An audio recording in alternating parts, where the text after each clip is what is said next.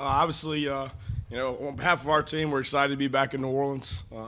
Obviously, last time we were here was a 17, which was a good outcome. And being from Louisiana, growing up, obviously a big fan of the Sugar Bowl. It's always been a really good bowl. They've done an outstanding job this week entertaining our players. It's a great venue. We're excited about playing a really good Kansas State team, very talented offense. They do a really good job schematically, so we'll have a work cut out for us. But we're excited to be back in New Orleans. Open it up for questions. Yes, sir. All right, hang on. We're going to get a microphone to you right here in the front. Your coaching background before you got to Alabama, a lot of small schools, obviously Tuscaloosa, Delta State, those places. In those experiences, did you come across a lot of super small backs that maybe remind you a little bit of Deuce Vaughn? Obviously, maybe not of his overall talent, but just that stature of guy. Yeah, I mean, I think whether you're Division II level, 1AA or mid-major, the skill positions aren't that much different. It's just the size of the skill positions. So, I mean, you got against a lot of good backs, but to your point, at the smaller levels, they are normally a little shorter, kind of like Deuce. But, I mean, he's a Sproles type. I mean, he's special with the ball in his hands. He reached top-end speed very quickly. But, again, I mean, he's one of the top receivers as well. So it becomes a matchup issue of who he's on. And so, to be able to stop the run, I mean, you can't put a DB on this cat all game, because he's in the box and they're running gap schemes and everything else. So, cover him out of the backfield, is going to be a challenge, but tackle him in space. So, we've seen some backs, but I think he's probably one of the better backs we've seen this year for sure. I'm going to stay here in the front. Nick Kelly, Tuscaloosa News. We haven't talked to you since August. How would you assess your performance as a coach, play caller this season? Yeah, I mean, I think obviously every day, every week you're trying to look back and, what can we do better? How can I improve as a position coach, as a coordinator, and as a person. So you're always continuing to look to improve. Obviously, after the season's over, you go back from an evaluation standpoint and assess everything and what needs to be tweaked and what we need to change and how we need to do it better and who do we need to go talk to, to do some things better. But obviously, I think every day I try to improve on the previous day and, and look at it and evaluate it and see how can we do it better and try to coach the hell out of it. Right here in the second row. Ted Lewis from the Times-Picayune. They from just showing your unfamiliarity with the procedure here, you don't get to talk very often. What's it like being Nick Saban's defensive coordinator for for 4 years? How does one last in the job that long, and what kind of boss is he? No, I mean, he's a great boss, and I think obviously people look at it and, it's black and white, so just like for our players, there's an expectation of your position, but it's very black and white and it's detailed out and what the expectations are, and you go to work every day and you try to achieve it, but at least there's no gray. Where there's jobs out there to where you really don't know, you're really not being told how to do it, and you don't know whether you're doing it right or you're wrong. Here. And so you hear it every day. But it's awesome just being around the greatest coach of all time, day to day and all day, and learning from him, not only defensive, but how to manage a team, how to manage people. So it's been a really good experience for me. Right here in the middle. Hey, Pete, Aaron Suttles, the Athletic. You've come along in the game and grown up in it during this time of offensive just explosion, evolution, where teams are spreading you out, they're going pace, they're not subbing, they're not allowing you to sub. When you self-scout, do you ever look back sometimes and think maybe Alabama's defense is too complex? I think we're always looking at how can you simplify things.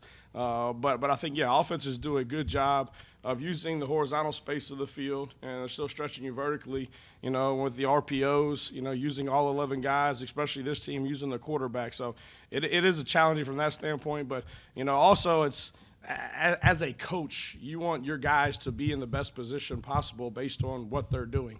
And so there's always that fine line of being too simple, right? And then they're going to go check with me, and everybody in the building knows what you're in, and they got a matchup, right? And they're going to win that matchup, to being too complex and, motions and shifts and multiple calls within one, you end up not being on the same page. And if you get a bust, it doesn't matter, right? The call didn't matter. So I think, obviously simplifying things, especially with young players.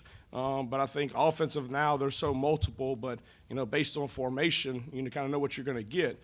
So you try to pare it down and help your kids out, so they can work that throughout the week. So absolutely, we're always looking a way to make it easier while still not giving away what we're doing and being too simple. Yeah. In the back on the right side here. Coach Stephen Smith of Touchdown Alabama, just in coaching young linebackers, what have you seen in Jihaad Campbell grasping the playbook and just playing fast as a young linebacker? Yeah, Jihaad was an outside linebacker in high school, so that transition from outside to inside is hard because obviously it's an outside piece. You're not reading, diagnosing the box, and you don't have keys, and you don't have a run and a pass responsibility. So, obviously the spring and the summer was big for him. We were talking about, Coach and I were talking about this morning. One great thing about these bowl games is these kids get 11 extra practices. And I think Jihaad Campbell and Sean Murphy, those two freshman linebacker, have really taken advantage of these extra 11 practices. So I think he's become more comfortable in the position. I think he's, trained his eyes this season so he can trust them. Athletic ability's never been the issue. He's got really good twitch. He's got really good pass rush ability, having been an outside backer in high school, but he's starting to learn and be able to read and diagnose the box, and motion and flashers and things like that aren't affecting him as much. So he's taking a big step. We're expecting some big things from him in the future. Now we'll go to the back here on the left side. Hey, Coach. Joey Blackwell, BamaCentral.com. Due to its success, Alabama's defense has kind of developed a reputation that precedes it over the past decade and a half. And my question is this, when you're constantly facing opponents that are bringing their A game because they're playing Alabama, how does that make your job more challenging and more difficult as a defensive coordinator? Yeah, I think the biggest difference probably have been in Alabama and other places is you're not really going to get what you've seen on tape from a lot of people. So, whether they've done it all year, they're going to go back and what's caused issues for you in the past, regardless whether it's been in their package or not. A lot of teams are like that. So the tough part is in the preparation for the kids. You're working things throughout the week that they're not seeing on tape. Because if you don't work in and expose it to them during the week, and that happens in a game, they're not going to be ready for it. So, the tough part of college football now is the multiple formations, the unbalances, the formation of the boundary. You throw the tempo on top of it, the empty game, and a lot of things that they can't do in the NFL, right? It's illegal. So that's so much a part of offenses now to where you really break it down. 60% of the plays that we see in a game are either formation in the boundary or an unbalanced formation. And so it's not even a normal set. And so that's most of the game now. So getting those checks and being on the same page, and getting that done, is the tough part. We're going to stay in the middle here. Yeah, Pete, Tony Sakalas, Tide Illustrated. You mentioned Sean and Jihaad. Just where do you stand at that position right now? It looks like you guys are a bit banged up in the middle of the defense. Yeah, obviously Henry's playing in the game. We'll have Deontay Lawson, that's been playing the will position. Sean Murphy's worked, at the backup Mike position along with Kendrick Blackshire, who's been out for a while, and we've got him back healthy. And then at the will position, obviously you got Deontay and Jihaad, and then Ian Jackson as well. So we've been rolling 6 guys through the bowl game and trying to get in a lot of reps because, we'll see who shows up on Saturday. But those 6 have been getting all the reps. All right, we're going to go to the back on the right side. Hey, Coach. Tim Everson, Manhattan Mercury. K-State has started 2 quarterbacks throughout the season. They've announced, obviously, that Will Howard's going to get the start. But how do you handle the potential of Adrian Martinez getting some time? Yeah, obviously you got to prepare for him. I think that's the one thing that's changed now more than ever is, you're seeing a lot more athletic quarterbacks, run-style quarterbacks throughout the year, where you used to not do that much, especially in this conference. But we're seeing it more. So you've got to understand, obviously, up front, I don't think they change – schematically, really who they are. Obviously, there's a little bit more of the quarterback run game with 9 in the game, but they'll still do it with 18 in the game as well. So, the big thing I think difference in 9 is, when the coverage breaks down and it's not there, the ability to extend the play, I think is a little more consistent, than when 18's in the game. But we got to be ready for both of them. Obviously, we watch tape on both of them. Our kids understand, there's going to be 2 quarterbacks playing in the game primarily, and we got to be aware who's in the game. But schematically, from a run game and a pass concept, they are who they are, at least up to this point. Going to stay here on the left side in the back. Yeah, Austin Hanna, Bama Central. It all kind of starts with Deuce Vaughn, but who are some other guys on the Kansas State offense that concern you a little bit? Yeah, obviously, the tight end's a big target. They move him around. He's in the area. He's on the ball. He's off. He's open. But, he's 6'6", got good hands, so the big part of the offense. I think 4 can stretch the field. I think he's athletic. They find ways to get him the football. And they got a lot of good players that play within the system, and I think, that's one thing, depending upon who's at quarterback, they're really good at taking what you're giving them. And I think they're very patient on offense. They have a lot of complementary plays based on the front and coverage you're in, both in the run game and the pass game. So they do a good job of taking what's there. We got to do a good job stemming and disguising, not always showing what we're in. But, I think this game's going to be about, stopping our run and tackling guys in space. And I think they do a good job with their movement keys. We got to be really disciplined in the back end with our eye control and make them drive the field. We can't give up explosive plays in their play action game. All right, we're going to go to the far back left side. Yes. Tony Reese, WTVM, ABC affiliate in Columbus, Georgia. Coach, we talk about guys' pivotal decision earlier this month when Will said that he played in this game. Just kind of how pivotal has been to defensive morale, just how essential is he now to that defense going forward?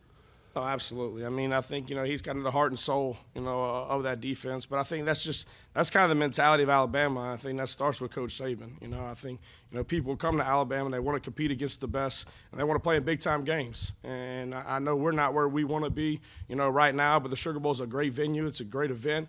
But it's an opportunity for them to compete. And I think that's the guys that we're trying to recruit. That's the people this day and age that you need on your team. It ain't always about money. There's opportunity to go out and get better, improve my craft, but it's about competing. And it's about winning the damn game. And I think that's the competitor in Will, and that's the competitor in a lot of our guys, that, there's still opportunity for him to increase value, but more importantly, to go out there with his boys and finish this thing the right way. And we're going to stay here in the middle of the left side. Michael Cuscaranda, AL.com. When you look at your career, what would you say your goal is within the coaching world? I really don't get caught up in it. I don't have it. Obviously, I try to be the best coach that I can, the best person I can. I got into coaching to affect young men. And you can do that whether you're a position coach, a coordinator, or a head coach. And I'm in no rush. I've said this before, to be a head coach. I think there's a lot more to that. I love game planning. I love being in the room with our guys. Obviously, I got to do a better job of putting them in better position, continue to coach them better so they can have a better product on the field. But right now, I'm just worried about K-State and getting through this walk through tomorrow, to be honest with you. And we have time for two more questions. We're going to start here on the left. Mike Rodak with AL.com. Statistically, this was a top 10 defense this year, but there were some breakdowns against Tennessee and LSU. Just how do you explain what happened in those games compared to kind of the bigger picture of what the defense was? Yeah, I mean, obviously, they had some really good players, and I think, that's one thing about Tennessee. I mean, they're an explosive offense, and they're going to find ways to create one-on-one matchups. But the biggest thing even in that game, we kind of talked about going into it, is contesting every play. And when you're playing against good teams, you can't have uncontested plays. And a couple of those were uncontested plays. A bust on a motion adjustment. When they have an audible, they run the same play every time. We don't get the check. So, getting all 11 guys, on the same page was a big piece. But also, in big games, guys got to step up and make plays when they need to. And I felt like in those games, in critical moments, the other team stepped up and made more plays than we did. And that's something, obviously, that we emphasized towards the end of the year. I mean, you look at those two games specifically, we had the opportunity in both those games in the fourth quarter to win the game on defense, and we didn't. And there were some critical third downs in the LSU, the last drive, had the opportunity to get out the field, and we didn't. And the same thing with the Tennessee game. And so, obviously we've all learned from that, and, we watched that on tape, but we had to live through that. Things that we got to clean up and we got to improve on. But there's that part of being competitive greatness, being at your best when your best is needed, whether that's a call or whether that's a play, and a player doing his job. So, we all got to improve on that. Please raise your hand if you have a question. We have time for one more question. Again, Aaron Suttles, the Athletic. I know you're not focused on the future, but do you plan to be at Alabama next year? I'm still under contract, so absolutely. Medical Properties Trust, at the very heart of healthcare.